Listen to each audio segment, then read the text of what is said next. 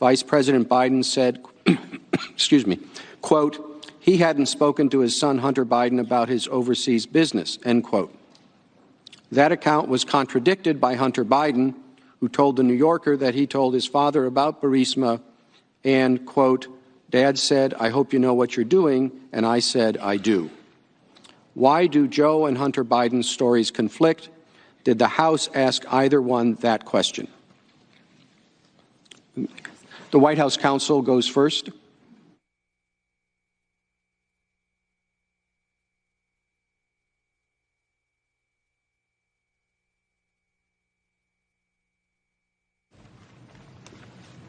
You heard our answer. I'm sorry, Chief Justice, Senators.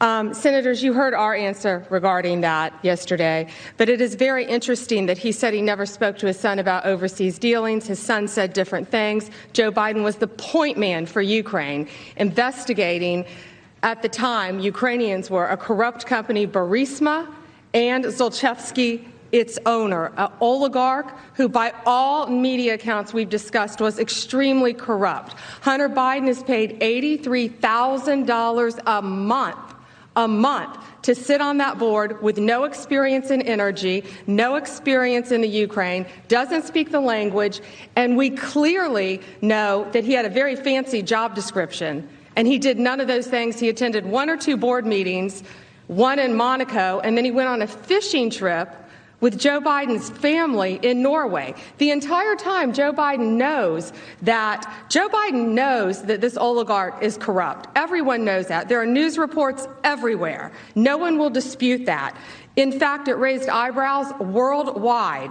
But the vice president, by his account, never once asked his son to leave the board. We wouldn't be sitting here if he did. He never asked his son to leave the board. Instead, he started investigating the prosecutor who was going after Burisma and this corrupt oligarch, who they say was corrupt even by oligarch standards, who had fled the country, living in Monaco.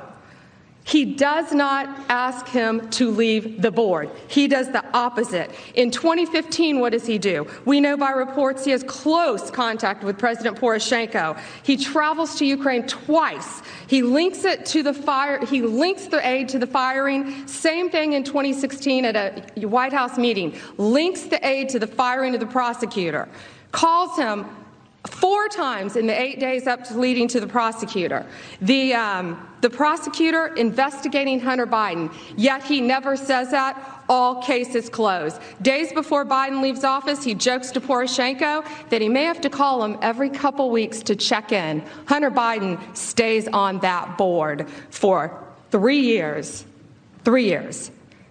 Then we hear the video of Joe Biden bragging about firing the prosecutor, linking it to aid. Then we have the 6-minute phone call.